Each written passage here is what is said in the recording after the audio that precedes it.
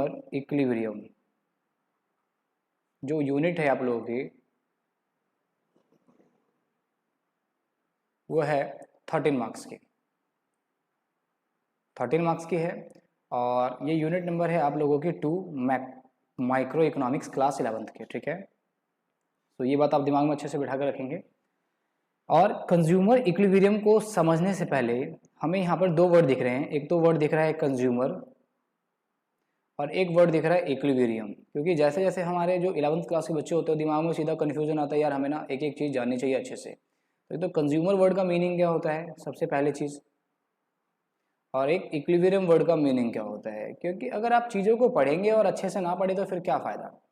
फिर आप जब देखेंगे कंज्यूमर इक्विलिब्रियम के अंदर 2 चैप्टर कवर होते हैं आपके, कंज्यूमर इक्विलिब्रियम के अंदर आप लोगों के पास 2 चैप्टर कवर होते हैं। तो वो 2 चैप्टर मत कहिए आप लोग, तो कंज्यूमर इक्विलिब्रियम के आप 2 चैप्टर ना करके क्या कहेंगे कि कंज्यूमर इक्विलिब्रियम के 2 अप्रोच है। 2 अप्रोच का मतलब क्या है, तो पहला अप्रोच है आपका जिसको हम लोग बोलते हैं यूटिलिटी एनालिसिस। क्या बोलते हैं, utility analysis. And second one है आपका आईसी एनालिसिस, आईसी एनालिसिस या फिर इनडिफरेंस कर्व एनालिसिस। तो एक बारी में सबसे पहले कंज्यूमर इक्विलिब्रियम का मीनिंग समझाऊंगा, यूटिलिटी एनालिसिस क्या होता है और इनडिफरेंस कर्व एनालिसिस क्या होता है। देखिए आप जैसे जैसे फ्यूचर में ग्रो करेंगे वैसे वैसे ये टॉपिक वास्ट होता जाएगा। एट द इनिशियल लेवल आपकी बुक का नाम है introductory micro economics. Introductory micro economics की जो बुक है ये पूरी की पूरी, क्योंकि उसके कंसर्न में अगर आप देखें तो आपकी बुक के आगे इंट्रोडक्टरी वर्ड लगता है, तो यानी कि आप इंट्रोडक्टरी वर्ड पढ़ते हैं सबसे पहले। तो इसी चीज़ के रिगार्डिंग मैं कह रहा हूँ कि आप ना सबसे पहले कॉन्सेप्ट को समझिए कि कॉन्सेप्ट क्या है। क्योंकि बीइंग 11th क्लास स्टूडेंट हमें ना कॉन्सेप्ट ही नहीं पता चलता है। टीचर आएगा सीधा यूटिलिटी 2 टाइप की होती है, टोटल यूटिलिटी मार्जिनल यूटिलिटी, बचा खत्म। इंडिफरेंस का भी होता है, बजट लाइन होता है। अरे एटलीस्ट कम से कम आप समझो तो सही कि दोनों का मीनिंग क्या है। जैसे ही आपने दोनों का मीनिंग समझा देन आपको चैप्टर बहुत ही ईजी लगेगा, ईजी टू अंडरस्टूड हो जाएगा, आप इंजॉय करेंगे इस लेक्चर को ऑफकोर्स। चलिए तो एक काम करते हैं, समझते हैं कि करके सबसे पहले कि सबसे पहली चीज़ कंज्यूमर इक्विलिब्रियम को समझने से पहले आप इसको समझो मैं क्या कहने की कोशिश कर रहा हूँ। तो कंज्यूमर इक्विलिब्रियम के आपके पास 2 अप्रोच है, हालांकि 2 ही अप्रोच नहीं है, हमारे पास अभी और भी लेटेस्ट थेसिस और रिसर्च चल रही है उसके ऊपर, ठीक है। बट एट प्रेजेंट अगर आप ग्रेजुएशन लेवल में जाएंगे तो तीन अप्रोच तो आपको पढ़ने ही है। तो सबसे पहला अप्रोच क्या है जिसको हम बोलते हैं कार्डिनल अप्रोच। ध्यान देना कि कार्डिनल। एंड सेकेंड अप्रोच क्या है आप लोगों का ऑर्डिनल, यानी कि कार्डिनल एंड ऑर्डिनल। तो सबसे पहली बात कार्डिनल एक ग्रीक वर्ड है, कौन सा वर्ड है, ग्रीक। एंड ऑर्डिनल कौन सा वर्ड है, तो ये भी है आप लोगों का ग्रीक वर्ड है। तो ग्रीक वर्ड, तो कार्डिनल मतलब होता है दैट कैन बी मेजर्ड। क्या होता है इसका मतलब, कार्डिनल मतलब दैट कैन बी मेजर्ड। अब यहाँ पर भैया किसको मापने की बात हो रही है, तो इसके बारे में बात करेंगे। फिर यहाँ पर ordinal that can be ranked, या आप कह सकते हैं that can not be measured, that can not be measured, that can not be measured. तो ऑर्डिनल का बेसिकली जो मीनिंग होता है वो होता है रैंक, यानी कि यहाँ पर आप क्या करते हैं अपने प्रेफरेंस को रैंक देते हैं।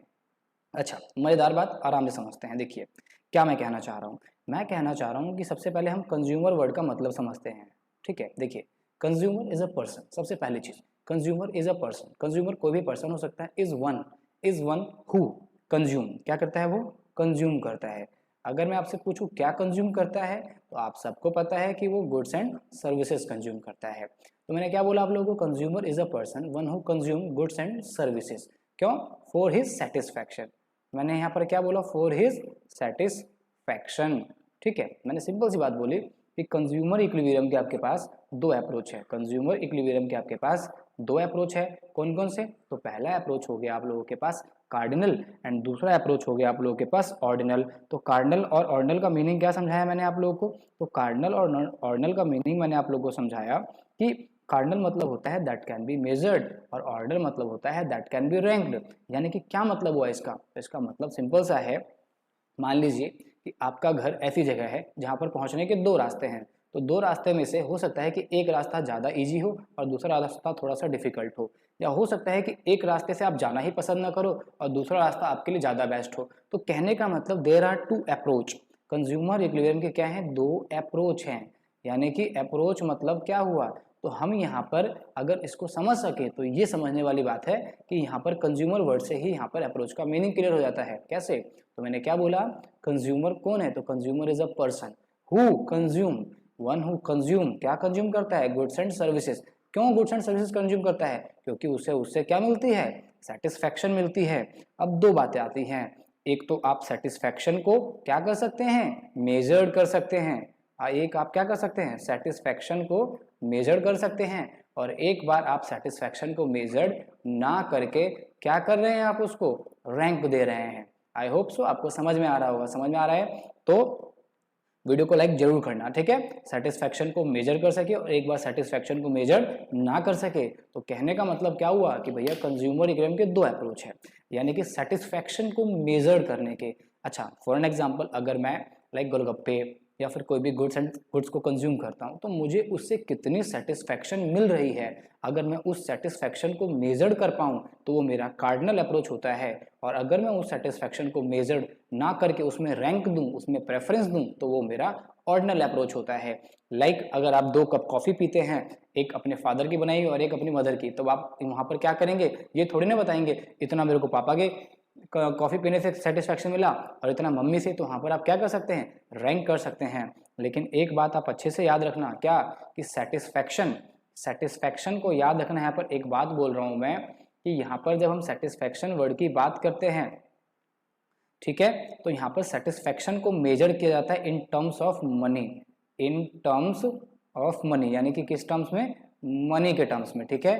तो यहाँ पर जो कार्डिनल अप्रोच था, इसका सबसे बड़ा ड्रॉबैक ही ये था कि मनी को कांस्टेंट एज्यूम कर लिया गया था। याद रखना हमेशा, यानी कि अगर मैं कार्डिनल अप्रोच अनसक्सेसफुल होने के पीछे का रीजन कहूँ तो वो यही था कि इस अप्रोच को क्या किया गया था? मनी के टर्म्स में, यानी कि मनी को कांस्टेंट एज्यूम कर लिया गया था। यही एक इसका सबसे बड़ा ड्रॉबैक था। तो यानी कि अगर मैं नेक्स्ट स्लाइड पे चलूँ और आपको थोड़ा सा और समझाने की कोशिश करूँ, तो यहाँ पर दो बातें समझ में आती है कि इस कंज्यूमर इक्विलिब्रियम के आपके पास दो अप्रोच है। कंज्यूमर इक्विलिब्रियम के आपके पास दो अप्रोच है। दो अप्रोच में सबसे पहला अप्रोच जो है वो है आप लोगों का कार्डिनल, ध्यान से सुनना बहुत अच्छे से, एंड सेकंड है आप लोगों के पास ऑर्डिनल।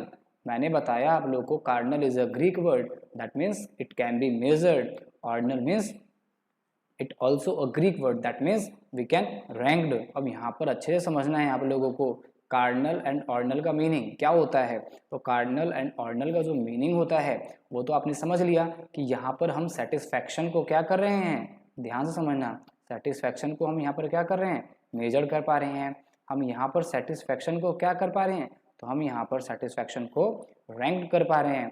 तो इसका मतलब हुआ कि हम इसको दूसरे तरीके से बोल सकते हैं, ये जो अप्रोच है इसको हम बोलते हैं यूटिलिटी। कौन सा अप्रोच?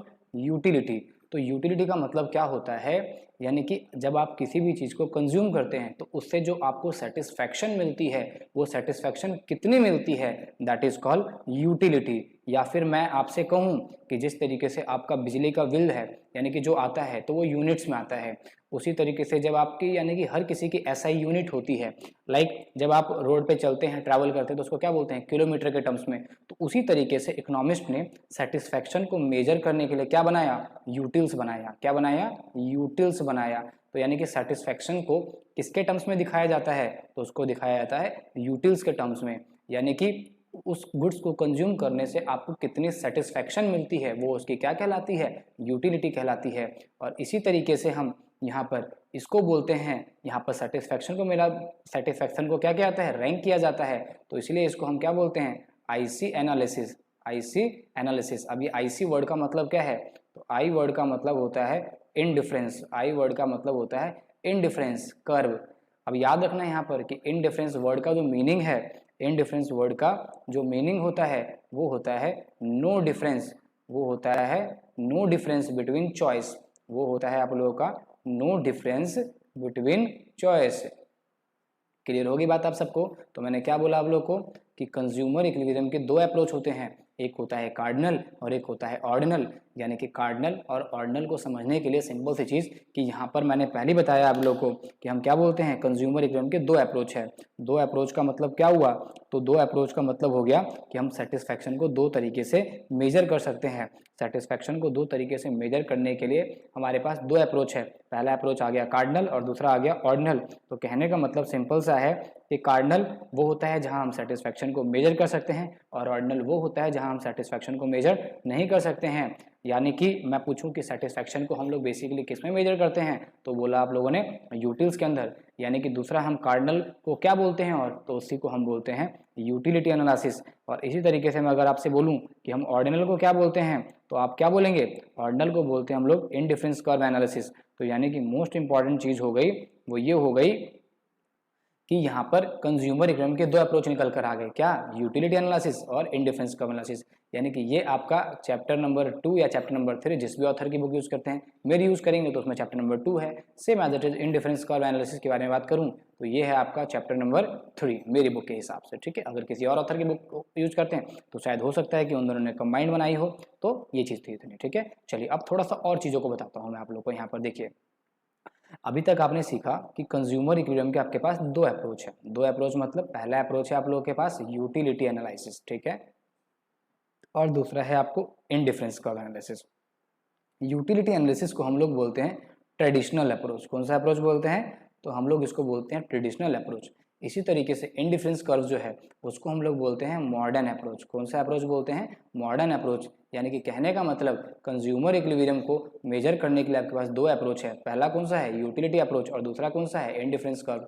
अब ये ट्रेडिशनल अप्रोच और मॉडर्न अप्रोच का क्या मतलब हुआ, तो ट्रेडिशनल अप्रोच का मतलब है कि ये जो अप्रोच है ये किसने प्रपाउंड किया था, तो ये प्रपाउंड किया था एल्फ्रेड मार्शल ने। एल्फ्रेड मार्शल, इसको हम लोग मार्शल अप्रोच भी बोलते हैं, और इसको मॉडर्न इसलिए कहते हैं क्योंकि इसको जो प्रपाउंड किया था वो क्या था, हिक्स एंड एलन ने। यानी कि हिक्स एंड एलन ने दो इकोनॉमिस्ट हैं। अच्छा, याद रखना है एक बात कि एल्फ्रेड मार्शल को modern father of micro economics कहा जाता है। और सबसे ज़्यादा अगर कंज्यूमर के बारे में किसी ने जस्टिफाई किया या सबसे ज़्यादा अगर किसी ने कुछ बताया हो कंज्यूमर के बारे में, तो वो पर्सन है हमारे एल्फ्रेड मार्शल। यानी कि एल्फ्रेड मार्शल का सबसे ज़्यादा और सबसे बड़ा कंट्रीब्यूशन माना जाता है कंज्यूमर के बिहेवियर को स्टडी करने में। इसी तरीके से यहाँ पर हिक्स एंड एलन को कहा जाता है।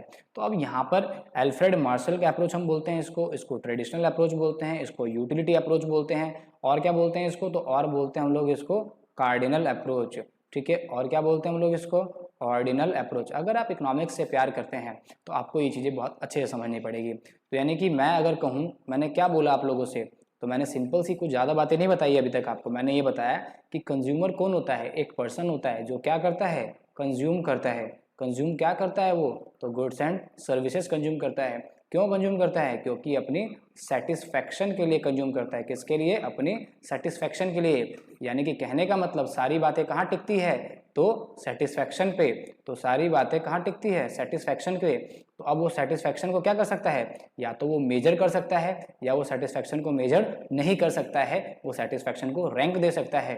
तो जब वो सेटिस्फैक्शन को मेजर कर पाए तो इसका मतलब है कि वो हमारा कार्डिनल अप्रोच होता है। जब वो सेटिस्फैक्शन को मेजर की जगह पर रैंक कर पाए तो वो ऑर्डिनल अप्रोच होता है। यानी कि कहने का मतलब है कि कार्डिनल अप्रोच को हम और क्या बोलते हैं, तो हम बोलते हैं यूटिलिटी एनालिसिस। और ऑर्डिनल अप्रोच को हम क्या बोलते हैं, तो उसे बोलते हैं इनडिफरेंस कर्व एनालिसिस।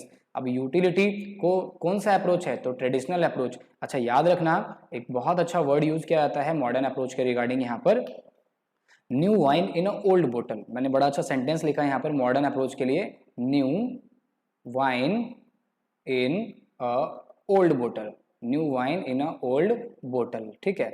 याद रखना एक बात मोस्ट इंपॉर्टेंट कि मॉडर्न अप्रोच में कुछ नया नहीं था। मॉडर्न अप्रोच में सिर्फ वो चीज़ें थी जो ट्रेडिशनल अप्रोच की कमियां थी। जैसे मैंने आपको बताया कि हम सेटिस्फैक्शन को यहाँ पर किसके टर्म्स में मेजर करते हैं, तो मनी के टर्म्स में। तो यहाँ पर मनी के टर्म्स में जब बात आ रही थी तो कहने का मतलब था इन लोगों ने क्या करा, मनी को ही कांस्टेंट एज्यूम कर लिया। मनी को कांस्टेंट एज्यूम क्यों किया, ये भी एक क्वेश्चन उठता है यहाँ पर, क्योंकि मनी की मतलब मान लीजिए कहता है कि एक कंज्यूमर के पास 100 रुपये है, यानी कि फॉर एन एग्जाम्पल उसे कंज्यूमर के पास 100 रुपये है और उसे पता है कि how he can spend his entire income. यानी कि उसको पता है कि ये 100 रुपये हैं और उस 100 रुपये की कितनी वैल्यू है और उसे 100 रुपये कैसे खर्च करना है ये उसे पता होता है। यानी कि यहाँ पर वर्थ ऑफ मनी को क्या कर लिया गया, कांस्टेंट एज्यूम कर लिया गया।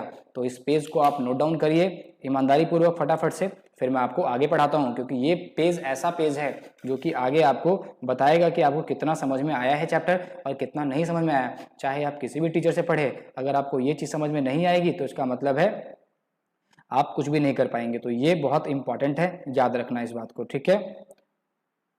मुझे उम्मीद है कि आप सबको समझ में आ गया होगा ये सारा। चलिए,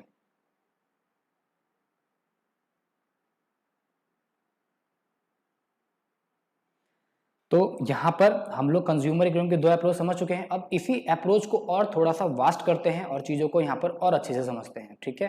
लेट्स से, तो यहाँ पर जो सबसे इंपॉर्टेंट चीज़ है वो क्या है, वो जरा समझिए। देखिए कि जब हम लोग यूटिलिटी अप्रोच के बारे में बात करते हैं, तो यूटिलिटी अप्रोच, और यहाँ पर लिख लेता हूँ मैं IC यानी कि इंडिफरेंस कर्व अप्रोच। तो सबसे पहली बात कि यूटिलिटी एनालिसिस को हम ट्रेडिशनल एनालिसिस भी कहते हैं, इसी तरीके से इंडिफरेंस कर्व को हम मॉडर्न एनालिसिस भी कहते हैं। और इसी तरीके से कई बार जब आपको अगर पूछा जाता है कि एक्सप्लेन कंज्यूमर इक्विलिब्रियम, तो जब भी आपसे कंज्यूमर इक्विलिब्रियम के बारे में बात करेगा तो कंज्यूमर इक्विलिब्रियम यहाँ पर 2 तरीके से हो सकता है। यानी कि वैसे तो हम यहाँ पर तीनों अप्रोच में आपको बताता हूँ जिससे आप हमेशा याद रखें। यानी कि कंज्यूमर इक्विलिब्रियम यानी कि यहाँ पर क्या करता है, जब वो only he or she consume only one goods, he or she consume only one goods, यानी कि ये हमारी एजम्पशन है कि यहाँ पर कंज्यूमर क्या कर रहा है, केवल एक ही गुड्स कंज्यूम कर रहा है। और जब कंज्यूमर क्या करे, 2 गुड्स कंज्यूम करे, या फिर कंज्यूमर क्या करे, मैनी गुड्स कंज्यूम करे। तो अगर क्लास 11 के टर्म्स में बात करते हैं तो ओनली 1 और 2 कमोडिटी फॉलो होता है, और अगर मैं ग्रेजुएशन लेवल में बात करता हूँ तो मैनी गुड्स होता है। लेकिन यहाँ पर आपको टीचर कभी भी सारी बातें अच्छे से नहीं बताएगा, यही एक सबसे बड़ा कंट्राडिक्ट है। और इसी चक्कर में कंज्यूमर इक्विलिब्रियम या इकोनॉमिक्स बच्चों के माइक्रो का लेवल थोड़ा सा वीक हो जाता है, और बच्चा थोड़ा सा हमेशा उत्तेजित होता है। बच्चा अपनी तरफ से कभी गलत नहीं होता है, क्योंकि बच्चा तो चाहता ही है कि मुझे टीचर यहाँ पर अच्छे से पढ़ाए। इसी तरीके से मैं यहाँ पर बताता हूँ आप लोग को, 2 कमोडिटी में 2 केस हो सकता है। मान लीजिए कि बोथ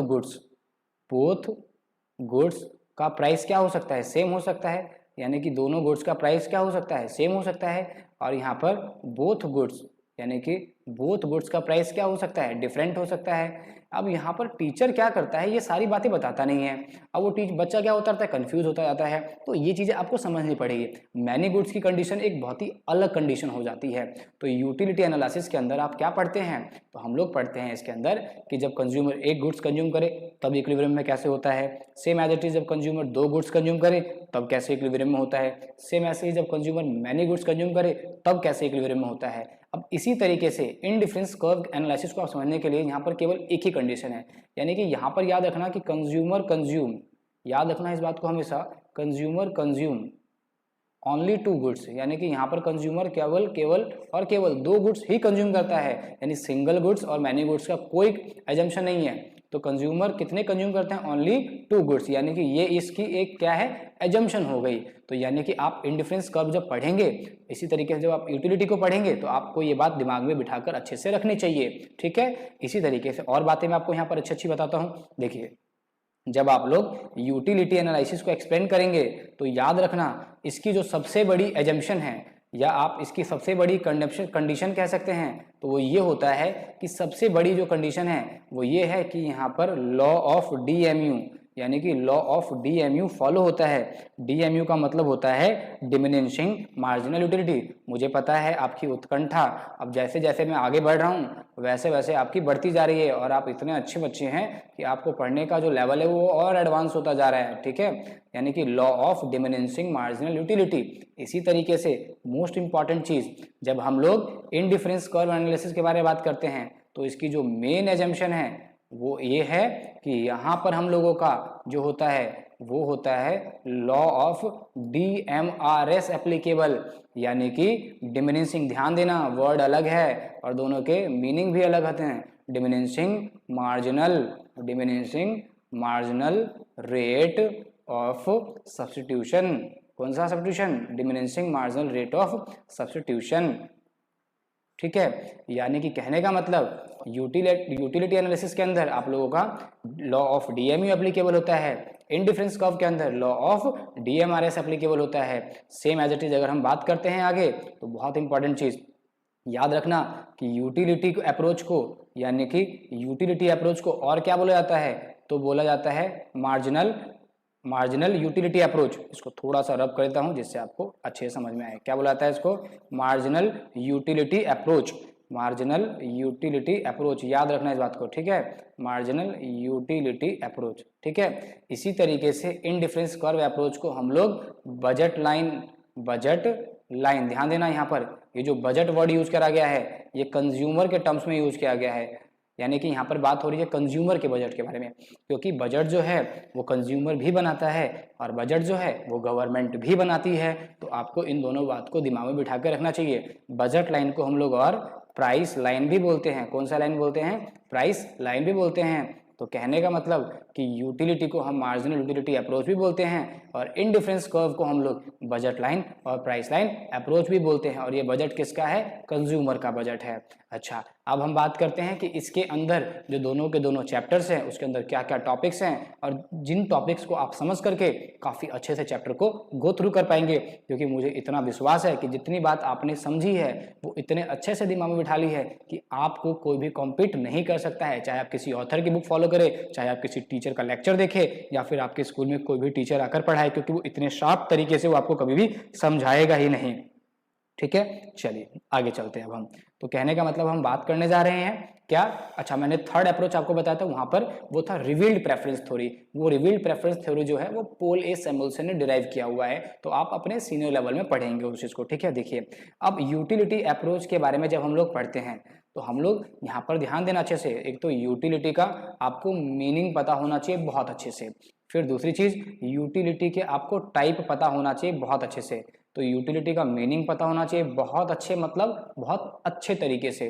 तो यूटिलिटी के दो टाइप्स होते हैं। यूटिलिटी के दो टाइप्स कौन कौन से होते हैं? तो पहला टाइप होता है आप लोगों का मार्जिनल यूटिलिटी और दूसरा टाइप होता है आप लोगों का टोटल यूटिलिटी। टोटल यूटिलिटी, प्यार से मैं इसको MU बोलेंगे और टोटल यूटिलिटी को हम लोग TU बोलेंगे। ये बहुत अच्छे से याद रखना।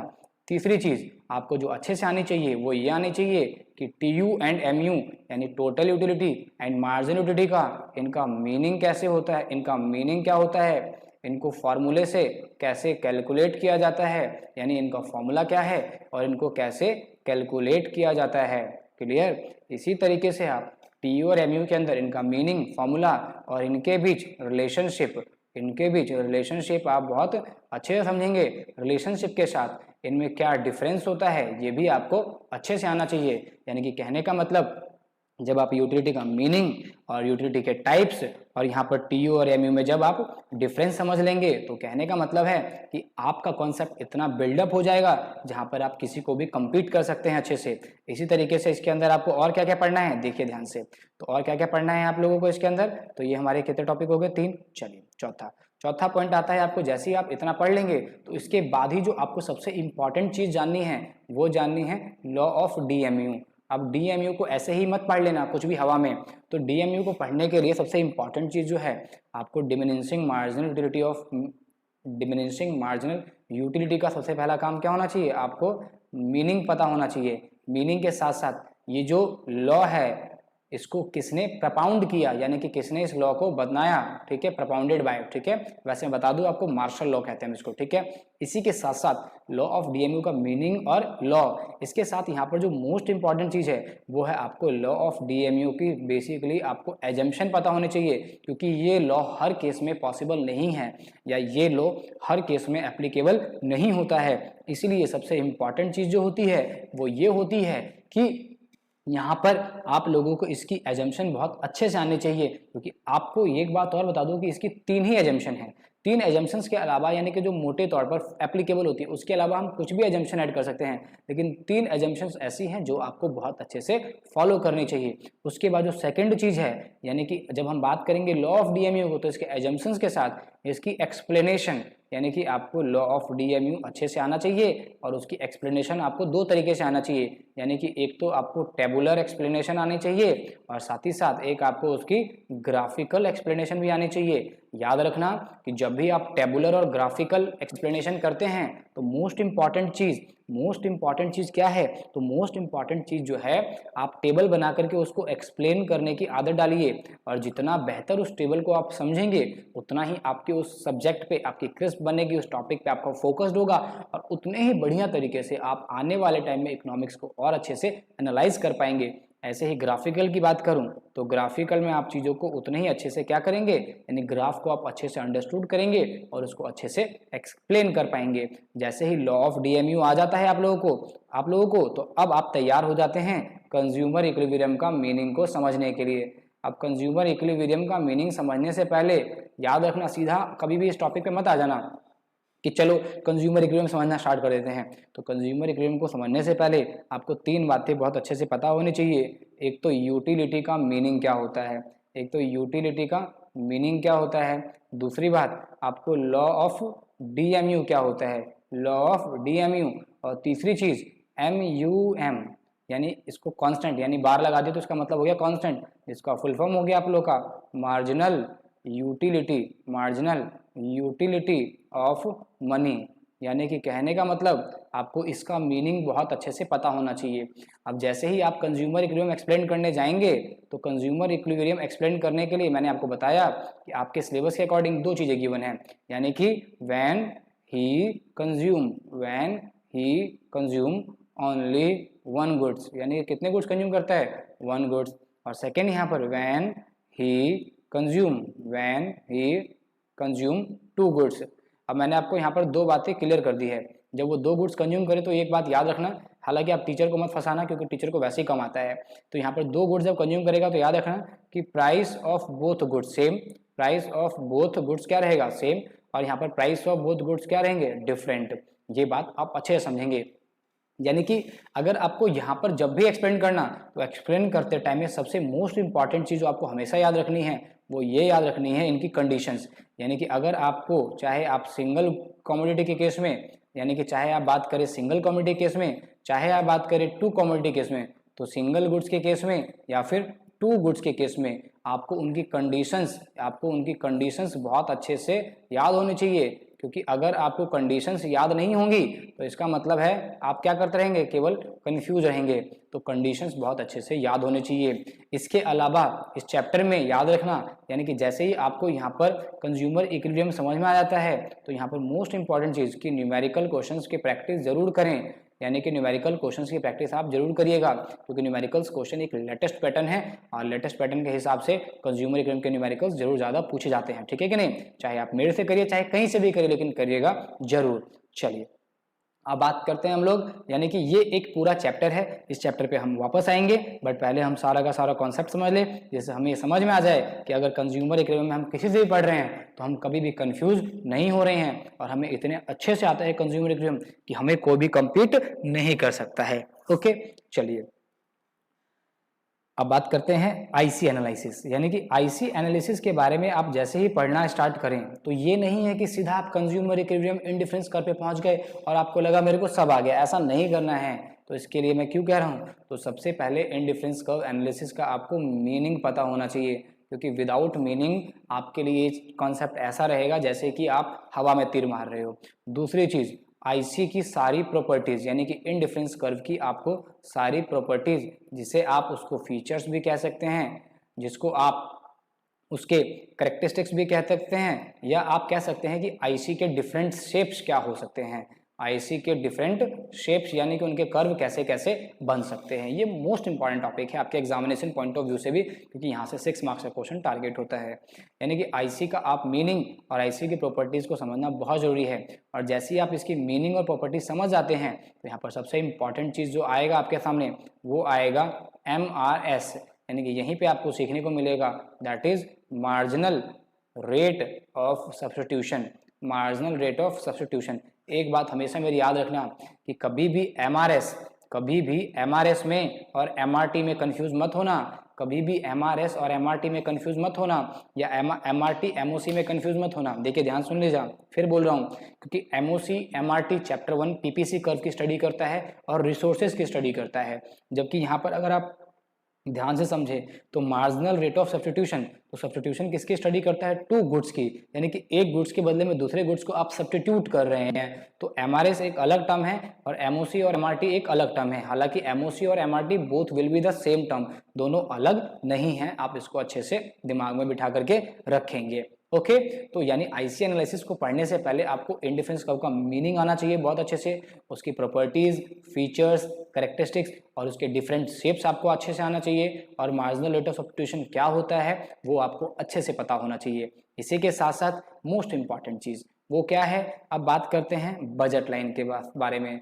तो बजट लाइन के बारे में जैसे ही आप पढ़ना स्टार्ट करें तो ये नहीं कि बुक उठाया और पढ़ना स्टार्ट कर दिया, बजट लाइन या प्राइस लाइन के बारे में अगर हम सबसे इंपॉर्टेंट चीज़ बात करें तो बजट लाइन का आपको क्या पता होना चाहिए, सबसे अच्छे पहले उसका मीनिंग पता होना चाहिए, क्योंकि दोनों के दोनों सेम टर्म है। उसके बाद आपको इनकी इक्वेशन पता होनी चाहिए कि बजट लाइन या प्राइस लाइन की इक्वेशन क्या होती है। तीसरी चीज़, बजट लाइन और प्राइस लाइन का ग्राफ कैसा होता है। अब यहाँ पर ग्राफ में दो बातें हमेशा याद रखना, एक तो इसका शेप होता है और एक होता है स्लोप। तो शेप और स्लोप में डिस्टिंग्विश कर पाओ आप अच्छे से। उसके बाद बजट लाइन का शेप और स्लोप क्या होता है, तो यहाँ पर एक चीज़ मैं और रिकमेंड करूँगा आपको पढ़ने के लिए कि आप यहाँ पर MRE के बारे में जरूर पढ़ें। MRE क्या होता है, तो MRE जो होता है market rate of exchange, market rate of exchange, ये आपको अच्छे से आना चाहिए। इसके साथ साथ जैसे ही हम इस टॉपिक पे आते हैं तो हमारा आता है यहाँ पर बजट लाइन की प्रॉपर्टीज, यानी कि बार बार बोल रहा हूँ कि budget line and price line both will be the same term, यानी कि जिस तरीके से आपको budget line and price line का क्या पता होना चाहिए,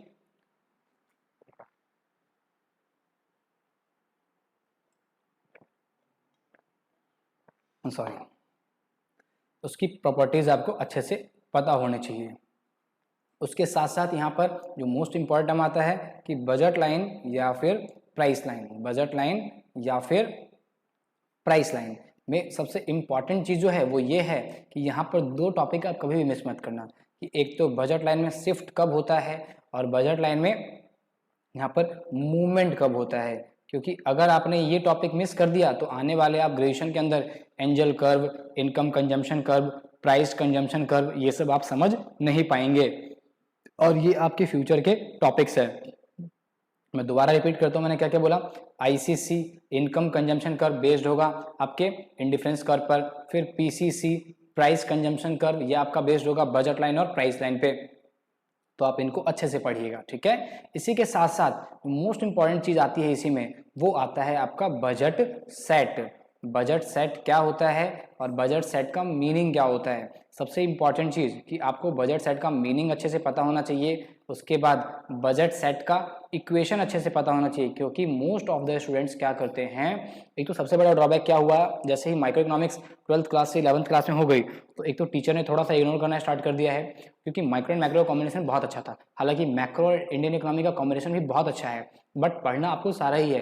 तो कभी भी आप जब टीचर पिक कर रहे हैं तो ऐसा टीचर पिक करिए जो आपको उसके कॉन्सेप्ट पे काफ़ी अच्छी पकड़ हो, ठीक है। तो ऐसा नहीं करना है कि आप केवल काम चला रहे हैं, क्योंकि आप अपने फ्यूचर के साथ खिलवाड़ कर रहे हैं। तो इस बात को आप अच्छे से दिमाग में रखिएगा बिठा करके, क्योंकि जब आप दवाई लेने जाते हैं और किसी डॉक्टर के पास जाते हैं, जब आपकी बीमारी ठीक नहीं होती है तो आप डॉक्टर चेंज करते हैं, ठीक है कि नहीं। हालांकि बार बार चेंज करना भी दिक्कत वाली बात हो जाती है, बट कई बार आप अपनी मिस्टेक से आप समझ सकते हैं कि आप क्या कर रहे हैं, ठीक है। तो बजट सेट का मीनिंग, इक्वेशन और मोस्ट इंपॉर्टेंट चीज वो है कि budget set and budget line, ध्यान देना इस बात को, budget set and budget line में कम से कम आप 4 डिफरेंस तो समझिए अपने लेवल पर, कम से कम आपको 4 डिफरेंस तो आने चाहिए।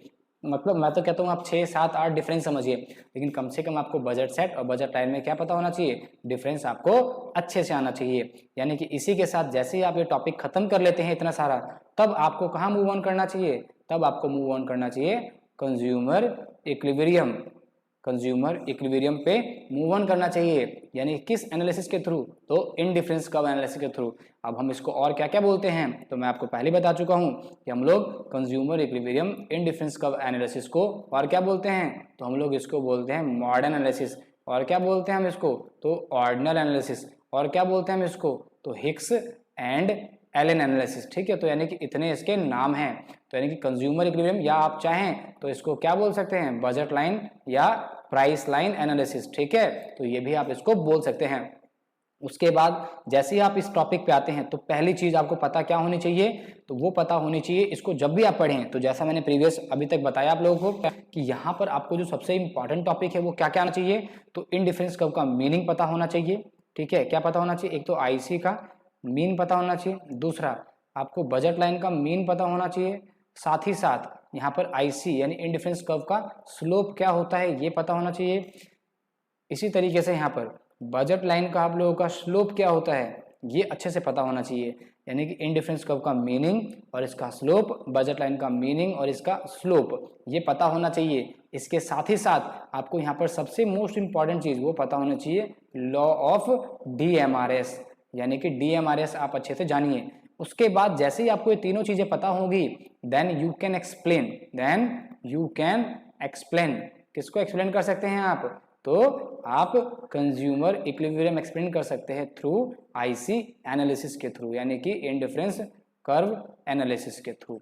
क्लियर होगी बात आप सबको? यहाँ तक कोई दिक्कत नहीं होगी मेरे हिसाब से, ठीक है। तो एक बार आप फटाफट से सारी चीज़ों को रिकॉल कर लीजिए, और अगर कहीं पर किसी को कोई दिक्कत हो तो आप मुझसे वो चीज़ पूछ लीजिए, ठीक है। चलिए, तो एक बारी हम फटाफट से सारे टॉपिक्स पे वापस आते हैं जहाँ से आपका कंज्यूमर इक्विलिब्रियम स्टार्ट हुआ है। अभी तक हमने क्या क्या पढ़ा, क्योंकि बहुत ज़्यादा पढ़ लिया है और इतना ज़्यादा फिर क्या होता है आपको दिक्कत हो जाएगा, इसलिए सबसे पहले हमें क्या पता होना चाहिए, सबको अच्छे से पता होना चाहिए। तो हम लोगों ने अभी तक किस बारे में बात करी है? तो हम लोगों ने बात करी अभी तक कि कंज्यूमर इक्विलिब्रियम का जो चैप्टर है वो पूरा 13 मार्क्स का है।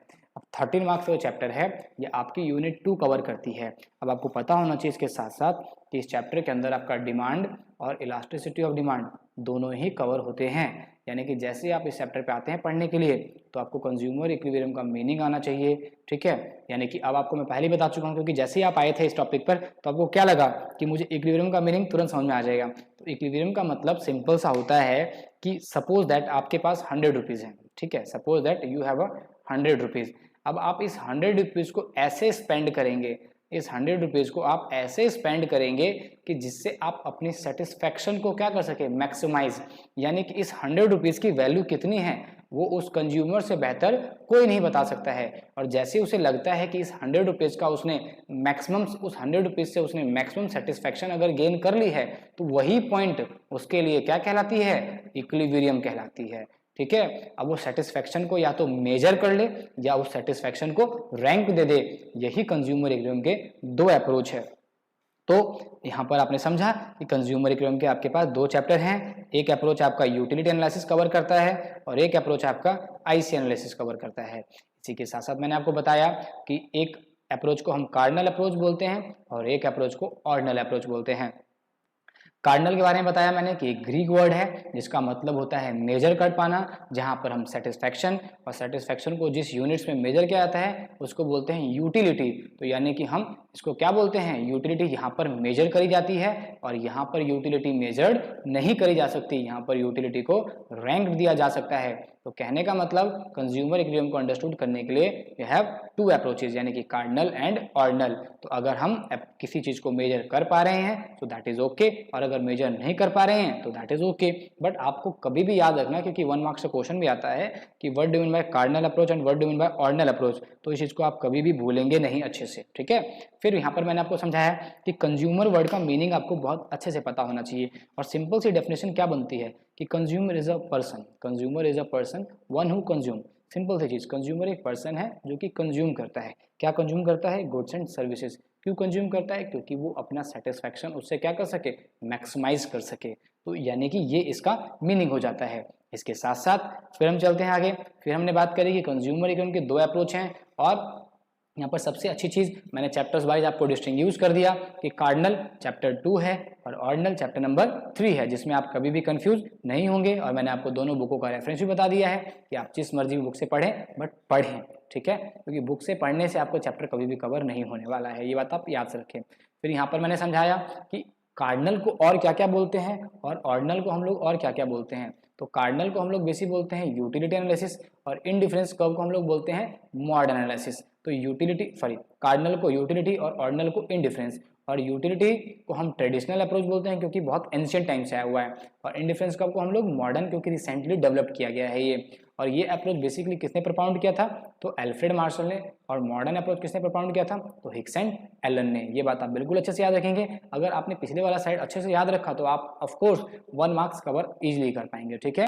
तो मैंने यहाँ पर सबसे इंपॉर्टेंट चीज बताई कि जब कभी भी आप कंज्यूमर इकोनॉमी के बारे में बात करेंगे तो अगर मैं यूटिलिटी एनालिसिस के थ्रू बात करता हूँ तो यूटिलिटी एनालिसिस के थ्रू जो सबसे इंपॉर्टेंट चीज आती है वो ये आती है कि यहाँ पर हम कंज्यूमर इक्विलिब्रियम या तो 1 गुड्स के केस में पढ़ते हैं, या 2 गुड्स के केस में पढ़ते हैं, या मैनी गुड्स के केस में पढ़ते हैं। हालांकि 11th क्लास में मैनी गुड्स कवर नहीं होता है, बट 11th क्लास में 2 कवर होते हैं, यानी कि वो सिंगल गुड्स और डबल गुड्स। बट याद रखना कि डबल गुड्स में प्राइस जब सेम होता है तो वो वाला कॉन्सेप्ट ज़्यादा कवर होता है, और जब प्राइस डिफरेंट होता है तो वाला कॉन्सेप्ट कवर नहीं होता है। बट इसमें एक कंट्राडिक्ट है और ये डिबेट है, क्योंकि हो सकता है कि आप फंस जाएं, बट मैं जब भी पढ़ाऊंगा तो आप उसको बहुत अच्छे से समझेंगे, ये मुझे विश्वास है।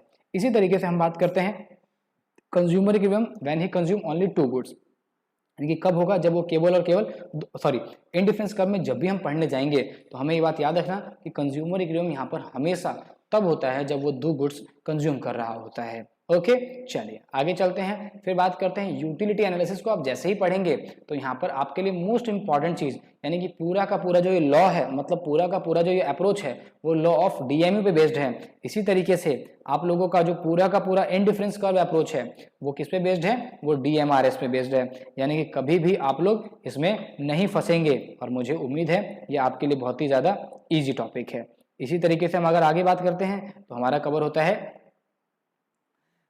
यूटिलिटी एनालिसिस को हम और क्या बोलते हैं, तो हम बोलते हैं इसको मार्जिनल यूटिलिटी एनालिसिस, और इसी तरीके से हम इंडिफरेंस कर्व को और क्या बोलते हैं, तो हम इसको बोलते हैं बजट लाइन या प्राइस लाइन एनालिसिस, क्योंकि ये भी आपका एक बहुत इंपॉर्टेंट टॉपिक बन जाता है। ओके, फिर यूटिलिटी अप्रोच जैसे ही आप पढ़ने आते हैं तो आपको यहाँ पर मैंने बताया कि क्या क्या पता होना चाहिए, तो यहाँ पर आपको यूटिलिटी का मीनिंग काफ़ी अच्छे से पता होना चाहिए। फिर बताया मैंने आपको यूटिलिटी कितने टाइप्स की होती है, तो आपको पता है कि यूटिलिटी हमारे कितने टाइप की होती है, 2 टाइप की होती है। कौन कौन सी होती है, तो एक मार्जिनल यूटिलिटी होता है आप लोग का और एक टोटल यूटिलिटी होता है, क्योंकि ये चीज़ अगर आप मिस करेंगे अभी तो फिर आपको बहुत ज़्यादा दिक्कत होनी स्टार्ट हो जाएगी। तो सबसे इंपॉर्टेंट चीज़, आप इन चीज़ को कभी भी मिस नहीं करेंगे और अच्छे से समझेंगे। ओके, समझ में आ गई बात आप सबको यहाँ पर।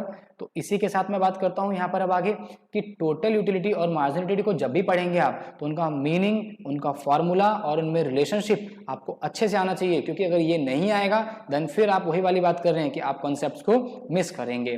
ठीक है, तो अब ये सारी बातें आप एक एक करके दोबारा से इसलिए मैं बोल रहा हूँ क्योंकि आप ये डिफ्रेंशिएट कर पाए, क्योंकि 13 मार्क्स की यूनिट है। 13 मार्क्स अगर मैं कहूं तो आप पूरे अभी से लेकर के सितंबर तक क्या पढ़ेंगे अपने स्कूल में, ये वो बेस्ड है, यानी कि यही नहीं सब, क्योंकि डिमांड बहुत इजी है। सिंपल सी बात कहूं, डिमांड बहुत इजी है, यस डिमांड बहुत इजी है, इलास्टिसिटी ऑफ डिमांड बहुत इजी है, लेकिन कंज्यूमर इक्विलिब्रियम एक ऐसा चैप्टर है जो आपको हमेशा फंसा कर रखेगा, क्योंकि ये नहीं समझ में आया तो कुछ भी समझ में नहीं आया। फिर अगला टॉपिक लॉ ऑफ डीएमयू को आप मैंने बताया कि आपको इसका मीनिंग, इनकी प्रॉपर्टीज आपको बहुत अच्छे से आनी चाहिए।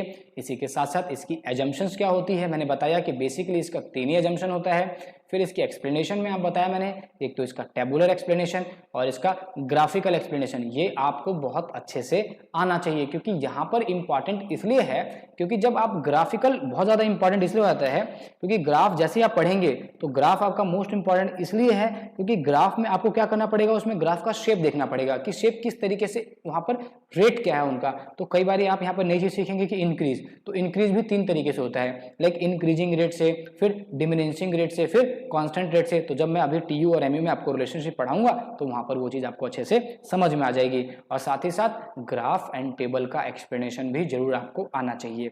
इसी के साथ साथ मैंने बताया था आपको कि अब जब इतनी चीजें आ जाती है आपको तो आप सीधा कहाँ आ सकते हैं, कंज्यूमर इक्विलिब्रियम पर आ सकते हैं, क्योंकि जैसे ही आप कंज्यूमर इक्विलिब्रियम पर आएंगे तो यहाँ पर आपको सबसे इंपॉर्टेंट चीज जो है वो ये है कि आपको यहाँ पर यूटिलिटी का मीनिंग समझ में आएगा, सबसे पहले लॉ ऑफ डीएमयू समझ में आएगा और मार्जिनल यूटिलिटी ऑफ मनी। तो जैसे ही आपको ये सारी चीजें समझ में आ जाएगी वैसे ही आप लोग क्या कर पाएंगे, आप चीजों को काफी अच्छे से समझ पाएंगे, क्योंकि ये चीज तभी पॉसिबल है जब आपको ये सारा आता होगा, और ये सारा जैसे ही नहीं आएगा तब आप यहाँ पर क्या होंगे, बहुत बुरी तरीके से फंस जाएंगे। ओके, चलिए फिर यहाँ पर मैंने बताया कि जैसे ही आप पढ़ते हैं तो कंडीशंस आपको बहुत अच्छे से याद होनी चाहिए, चाहे वो सिंगल कमोडिटी केस की हो, चाहे वो डबल कमोडिटी केस की हो, चाहे वो सिंगल कमोडिटी केस की हो, चाहे वो डबल कमोडिटी केस की हो, ये मैंने आपको अच्छे से बताया और आप ये याद रखेंगे। ओके, फिर बात करते हैं यहाँ पर इनडिफरेंस कर्व एनालिसिस की। तो मैंने आपको बताया था कि इनडिफरेंस कर्व को जैसे ही पढ़ते हैं तो इनडिफरेंस कर्व में जो मोस्ट इंपॉर्टेंट चीज है वो ये है कि इनडिफरेंस का मीनिंग होता है नो डिफरेंस, यानी कि आप एक घर में कहीं पर भी रहे और एक बहुत बड़ा एलसीडी लगा है तो यानी कि वहां से जो व्यूइंग एंगल है वो क्या रहेगा, सेम रहेगा, चाहे आप इधर से देखें चाहे आप उधर से देखें। फिर इनडिफरेंस कर्व की आपको प्रॉपर्टीज अच्छे से आनी चाहिए, प्रॉपर्टीज की जगह आप उसको फीचर्स बोल सकते हैं, आप उसके कैरेक्टरिस्टिक्स बोल सकते हैं, या आप different shapes of indifference curve बोल सकते हैं। इसी के तरीके से मार्जिनल रेट ऑफ सब्स्टिट्यूशन को आपको अच्छे से समझ में आना चाहिए, क्योंकि ये चीज समझ में नहीं आएगी देन आप बिल्कुल स्टक कर जाएंगे बुरी तरीके से, ठीक है वहां पर। फिर budget line and price line, budget line के केस में मैंने आपको सबसे इंपॉर्टेंट बताऊं तो वहां पर उसकी इक्वेशन आपको बहुत अच्छे से पता होना चाहिए, budget line and price line का आपको मीनिंग पता अच्छे से होना चाहिए, और इसी के साथ साथ यहाँ पर मैं एक सब पार्ट और ऐड करता हूँ, उसकी एजम्पशन, क्योंकि बजट लाइन आप जैसे ही पढ़ेंगे या आप बजट सेट में जैसे ही डिफरेंस करने जाएंगे तो सबसे इंपॉर्टेंट चीज जो हो जाएगी वो दोनों की एजम्पशंस, क्योंकि आप बजट लाइन और बजट सेट में अगर डिफरेंस कर पा रहे हैं तो वो उसकी बदौलत क्या है या किसकी बदौलत आप कर रहे हैं, तो उसके जो मेन रीजन है उसके पीछे वो ये है कि उसकी एजम्पशंस, क्योंकि जैसे ही एजम्पशंस आप दोनों की समझेंगे तो आपको समझ में आएगा कि एक जगह पे अपनी इनकम सारी कंज्यूमर स्पेंड कर रहा है, एक जगह पर अपनी कंज्यूमर सारी इनकम स्पेंड नहीं कर रहा है, तो इतने फर्क है उन दोनों के अंदर। और उसके साथ साथ मैंने आपको पहले बताया कि ग्राफ के अंदर शेप्स एंड स्लोप और साथ साथ मार्केट रेट ऑफ एक्सचेंज को आप उसका मीनिंग और उसका जो फॉर्मूला है, यहाँ पे दो बातें और ऐड कर देता हूं मैं, एक तो इसका मीनिंग और एक इसका फॉर्मूला, ये आपको काफी अच्छे से आना चाहिए, क्योंकि मार्केट रेट ऑफ एक्सचेंज आपके एडवांस लेवल के इकोनॉमिक्स में काफी ज्यादा यूजफुल हो जाती है। इसी तरीके से budget line and price line क्या होता है, उसकी प्रॉपर्टीज क्या होती है, और साथ में budget line and price line में शिफ्ट कब होता है और मूवमेंट कब होता है, क्योंकि जैसे ही आपको शिफ्ट और मूवमेंट नहीं आएगा तो इसका मतलब है कि आप जैसे ही आप अपनी सीनियर क्लास में आएंगे तो आप क्या हो जाएंगे, कंफ्यूज हो जाएंगे। क्यों? क्योंकि आपको ना तो इनकम कंजम्पशन कर्व के बारे में पता है और ना ही प्राइस कंजम्पशन कर्व के बारे में पता है, और जैसे ये दोनों आपको पता नहीं होगा तो आप क्या होंगे, बुरी तरीके से फंस जाएंगे। तो मैं ये उम्मीद रखूंगा अच्छे से आप लोगों से कि आप ये सारी बातें अच्छे से कवर अप करेंगे। फिर मैंने बताया कि बजट सेट का कॉन्सेप्ट, मीनिंग, और यहाँ पर एक और चीज मैं सब हेड ऐड करता हूँ यहाँ पर, थर्ड पॉइंट, कि आपको क्या पता होना चाहिए, एजम्पशन। तो बजट सेट की एजम्पशंस आपको अच्छे से आना चाहिए, और साथ ही साथ वहां पर आप लोगों को जैसे बजट सेट के एजम्पशंस वैसे ही आपको प्राइस लाइन के एजम्पशंस आपको अच्छे से आने चाहिए। फिर उसकी इक्वेशन क्या होती है और बजट सेट और बजट लाइन में क्या डिफरेंस होता है ये आपको गारंटेड आना चाहिए, क्योंकि ये नहीं आएगा तो कुछ भी नहीं आएगा। सिंपल सी चीज बताऊं मैं आपको। फिर मैंने बताया कि आप डायरेक्ट कूद सकते हैं, किस पे कूद सकते हैं, तो आप कूद सकते हैं कंज्यूमर इक्विलिब्रियम के अप्रोच पे, यानी कि आप यहाँ पर अब समझ सकते हैं कि कंज्यूमर इक्विलिब्रियम का जो इंडिफरेंस कर्व है उसको हम कैसे करें। तो उसको करने से पहले फिर एक बार बता रहा हूँ, जो सबसे इंपॉर्टेंट वो इंडिफरेंस कर्व का मीनिंग और इंडिफरेंस कर्व का स्लोप पता होना चाहिए, बजट लाइन का मीनिंग और बजट लाइन का स्लोप पता होना चाहिए। उसके बाद लॉ ऑफ DMRS क्या होता है ये आपको अच्छे से पता होना चाहिए, क्योंकि अगर ये नहीं पता होगा देन आप कभी भी क्वेश्चन नहीं कर पाएंगे। यानी कि इसके बाद आप कंज्यूमर इक्विलिब्रियम IC एनालिसिस के थ्रू एक्सप्लेन कर सकते हैं, लेकिन जैसे ही आपको ये सारी चीज आ जाती हैं तो याद रखना आप न्यूमेरिकल यानी कि न्यूमेरिकल वाले क्वेश्चंस की प्रैक्टिस भी करेंगे, और साथ ही साथ आप यहाँ पर याद रखना कि कभी भी कंज्यूमर इक्विलिब्रियम जब भी आपसे एग्जाम में क्वेश्चन आएगा तो यूटिलिटी एनालिसिस, यानी कि यूटिलिटी एनालिसिस क्या होती है एंड इसी के साथ साथ इंडिफरेंस कर्व एनालिसिस क्या होती है, आपको ये अच्छे से पता होना चाहिए। और दोनों की एजम्पशंस और दोनों की कंडीशंस वो बहुत डिफरेंट होती है। तो अब मैं यहाँ पर आपको एक ब्रीफ नोट दे रहा हूँ जिसको आप लिख लीजिए, हमेशा आपके ये काम आएगा। यानी कि जब हम लोग यूटिलिटी एनालिसिस में आते हैं तो जो मोस्ट इंपॉर्टेंट चीज़ होती है वो होती है इनकी कंडीशन, और कंडीशन ही सारा का सारा गेम होता है। तो आप इसको केवल नोट डाउन करेंगे, अभी अंडरस्टूड नहीं करेंगे, जैसे जैसे हम वापस आएंगे वहां पर तो वो चीज़ आपको कवर अप हो जाएगी। तो यहाँ पर कंडीशन में यहाँ पर जो सबसे पहला केस आता है वो आता है when he or she consume only one goods, when he or she consume only one goods, यानी कि कितने गुड्स कंज्यूम कर रहा है, ओनली वन गुड्स कंज्यूम कर रहा है। तो क्या होती है कंडीशन, तो कंडीशन होती है MUX। अब ये x क्या है, x कोई गुड्स है, और MU क्या है, marginal utility, divided by PX क्या है, तो प्राइस ऑफ x कमोडिटी किसके इक्वल होनी चाहिए, तो वो होनी चाहिए मार्जिनल यूटिलिटी ऑफ मनी के। यानी कि कहने का मतलब ये मोस्ट इंपॉर्टेंट कंडीशन होती है, यानी कि जिसको हम बोलते हैं कंज्यूमर इक्विलिब्रियम कब होता है, तो यानी कि जहां पर ये कंडीशन फुलफिल होगी उसकी वहीं पर कंज्यूमर इक्विलिब्रियम में होता है। या हम इसको ऐसे भी लिख सकते हैं MUX equals to MUM into price of x, तो आप इसको ऐसे भी लिख सकते हैं, ठीक है। बट याद रखना कि जैसे ही हम यहाँ पर इस लॉ में आते हैं तो हम सबको पता है कि MUM क्या होती है, कांस्टेंट होती है, यानी कि marginal utility of money, marginal utility of money is constant क्या होती है, कांस्टेंट होती है तो कांस्टेंट की वैल्यू क्या होती है, एक तरीके से 1 ही होती है। तो इसलिए सबसे जो कंट्राडिक्ट वाली कंडीशन है वो क्या है, MUX equals to price of x, यानी कि कंज्यूमर इक्विलिब्रियम में तब भी होता है जब MUX इक्वल्स टू PX होता है। तो यानी कि सबसे नोटेबल पॉइंट आपको क्या समझ में आया है यहाँ पर, तो यहाँ आपको ये बात समझ में आ गई है कि यहाँ पर कि जैसे ही हम इस कॉन्सेप्ट में आएंगे, जैसे ही हम यहाँ पर आएंगे तो यहाँ पर क्या समझ में आया आप लोगों को कि इसकी कंडीशंस आप इस तरीके से याद रखेंगे, ठीक है। बट अभी नहीं भी याद रखेंगे, बट इसको नोट डाउन करके कहीं पे लिख लेना, क्योंकि जब जब आप रिकॉल करोगे तब आपको पूरा पेज ऐसे पलटते जाना, आपको समझ में आता रहेगा, ठीक है। फिर हम लोग यूटिलिटी एनालिसिस के अंदर जब कंज्यूमर हमारा कंडीशंस बात कर रहे हैं, कंडीशंस क्या होगी, कंडीशंस क्या होगी जब वो हमारा क्या कंज्यूम करेगा,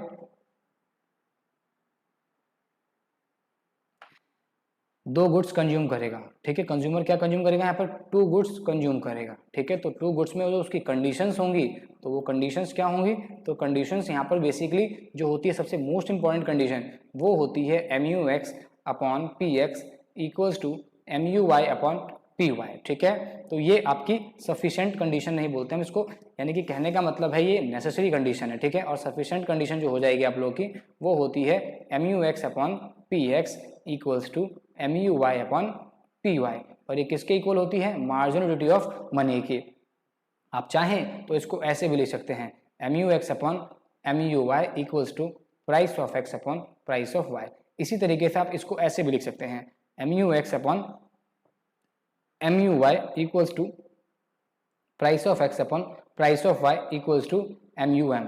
तो यानी कि यहाँ पर MU का मतलब marginal utility of x commodity और MU का मतलब marginal utility of y commodity, PX का मतलब प्राइस ऑफ एक्स गुड्स और PY का मतलब प्राइस ऑफ वाई गुड्स। तो यहाँ पर इसको हम इस तरीके से भी डिनोट कर सकते हैं। सेम एज इट इज हम आगे चलते हैं और जैसे ही हम बात करते हैं इनडिफरेंस कर्व एनालिसिस की, तो इनडिफरेंस कर्व एनालिसिस की अगर जब भी हम बात करेंगे तो यहाँ पर याद रखना उसकी जो कंडीशंस होती है वो 2 कंडीशंस होती हैं, यानी कि 2 कंडीशंस कौन कौन सी होती हैं, तो पहली कंडीशन और दूसरी कंडीशन आपको पता है, यहाँ पर जो हमारा कंज्यूमर है वो लगातार 2 गुड्स कंज्यूम करेगा ही करेगा। तो यानी कि आप इस चीज़ को समझ सकते हैं अच्छे से कि यहाँ पर आप बिल्कुल भी कंफ्यूज नहीं होंगे, ठीक है। तो पहली कंडीशन क्या होती है, slope of indifference curve, slope of indifference curve equals to होता है स्लोप ऑफ बजट लाइन। मैं इसको थोड़ा सा और एलोबरेट करूंगा अच्छे से। सेकंड होता है आप लोग का कि indifference curve must be, indifference curve must be convex to the point of origin, to the point of origin, यानी कि indifference curve में क्या होना चाहिए वो, यानी कि convex to the point of origin होना चाहिए, must be to the point of convex होना चाहिए, ठीक है। अब ये convex और concave क्या होता है वो आपको समझ में आएगा, थोड़ा सा वेट करिए। इसके साथ साथ मैंने बोला कि पहली कंडीशन जो इसको अच्छे से समझिए, देखिए स्लोप ऑफ IC, तो slope of IC equals to क्या होना चाहिए, स्लोप ऑफ बजट लाइन, ठीक है। तो स्लोप ऑफ IC का मतलब क्या होता है, तो वो होता है हम लोगों का MRS, और स्लोप ऑफ बजट लाइन क्या होता है, तो MRE। तो MRS जो होता है वो होता है delta Y upon delta X। इसी तरीके से यहाँ पर जो MRE होता है वो होता है PX अपॉन PY, यानी कि price of X upon price of Y। अब यहाँ पर ध्यान देना, इनका स्लोप जो होता है दोनों के दोनों नेगेटिव होते हैं, तो दोनों के दोनों यहाँ से क्या हो जाएंगे, कट हो जाएंगे। तो यानी कि जो कंडीशन हो गई वो हो गई delta Y upon delta X और PX अपॉन PY। तो याद रखना ये जो होता है ये किसका स्लोप होता है, ये होता है MRS का formula 2 goods X into y, ठीक है। और ये वाला जो फॉर्मूला होता है वो किसका होता है, MRE, यानी कि market rate of exchange X into y का, ठीक है। और आप यहाँ पर Y इंटू एक्स करेंगे तो delta X upon delta Y हो जाएगा। Same as it is Y into x करेंगे तो PY अपॉन PX हो जाएगा। तो ये यहाँ पर आपको मोस्ट इंपॉर्टेंट बातें थी जो आपको दिमाग में अच्छे से बिठाकर रखने चाहिए। इसी तरीके से मैं यहाँ पर और खास बात बताता हूँ आप लोग को, वो क्या है कि एक तो बजट लाइन, यानी कि बजट लाइन की इक्वेशन क्या होती है, तो वो हमेशा याद रखना M या आप चाहें तो Y, यानी M मतलब टोटल इनकम कितनी है कंज्यूमर की, Y मतलब टोटल इनकम कितनी है, तो वो होती है PX यानी कि price of X into QX plus PY into QY, यानी कि ये हो जाएगा आपका बजट लाइन या प्राइस लाइन का इक्वेशन, ठीक है। याद रखेंगे आप, तो M या Y क्या होगा, PX into QX plus PY into QY। अब इसी तरीके से यहाँ पर बजट सेट की इक्वेशन क्या होती है, तो बजट सेट में क्या होता है, ध्यान देना, यहाँ पर आप इक्वल के साइन को हटा दो खाली, ठीक है। तो PX into QX plus p y into q y. यहाँ पर कंडीशन ये है कि जो उसकी टोटल इनकम है, यानी कि या तो वो क्या होना चाहिए, जो उसके खर्चे हैं यानी कि इनकम से ज़्यादा नहीं होनी चाहिए, यानी कि इनकम से ज़्यादा नहीं होनी चाहिए, या उसके क्या होने चाहिए, बराबर होने चाहिए। तो यहाँ पर आप दो सिंबल, यहाँ पर जो आप बेसिकली दिमाग में रखेंगे बिठा करके कि बजट लाइन और बजट सेट के इक्वेशन की जब बात होगी तो यहाँ पर एक ही चीज़ याद रखना कि यहाँ पर बजट लाइन की जब भी बात होगी तो कंज्यूमर, यहाँ पर याद रखो कि consumer spent his entire income. कितनी, इंटायर इनकम। मान लो अगर उसके पास 100 रुपये है तो वो 100 के 100 रुपये खर्च करेगा। और यहाँ पर जो आपको बात याद रखनी है, कंज्यूमर हैज स्पेंट, ठीक है, यानी कंज्यूमर यहाँ पर स्पेंड करता है, वो अपनी इंटायर इनकम नहीं करता, यानी कि वो 100 रुपये भी खर्च कर सकता है, ठीक है, यानी कि वो कहने का मतलब या तो इक्वल खर्च करेगा, ठीक है, या तो वो इक्वल खर्च करेगा, ध्यान देना यहाँ पर, या वो 100 रुपये से क्या करेगा, कम खर्च करेगा। तो यानी कि 100 रुपये से कम खर्च करेगा तो इसका मतलब क्या हो गया, तो यानी कि ये ज़्यादा हो गया, तो यानी कि या तो वो इनकम से ज़्यादा खर्च नहीं कर सकता। तो ठीक है, तो आप इसको इस तरीके से दिखाइए। क्लियर होगी बात यहाँ पर। तो ये आपका बजट सेट और ये आपका बजट लाइन का इतना सारा कॉन्सेप्ट है। तो कुल मिलाकर के आपने ये सारा अच्छे से नोट वर्क कर लिया होगा। तो यानी कि जब हम नेक्स्ट सेशन में अब मिलेंगे, तो नेक्स्ट सेशन जब हम लोग का होगा तो पहले समझ लो अच्छे से, हम एक सेशन में यूटिलिटी का कॉन्सेप्ट समझेंगे कि यूटिलिटी क्या होती है, सेटिस्फैक्शन क्या होता है, यूटिलिटी में टीयू और एमयू का मीनिंग क्या होता है, एमयू का मीनिंग क्या होता है, एंड लॉ ऑफ डीएमयू क्या होता है। तो एक सेशन हम लोग का ये रहेगा। अगले सेशन में हम लोग इसी तरीके से फिर आगे सारे टॉपिक्स के ऊपर बात करेंगे। तो आई होप सो आपने पूरा सेशन एंजॉय किया होगा और आपको कोई दिक्कत नहीं आई होगी।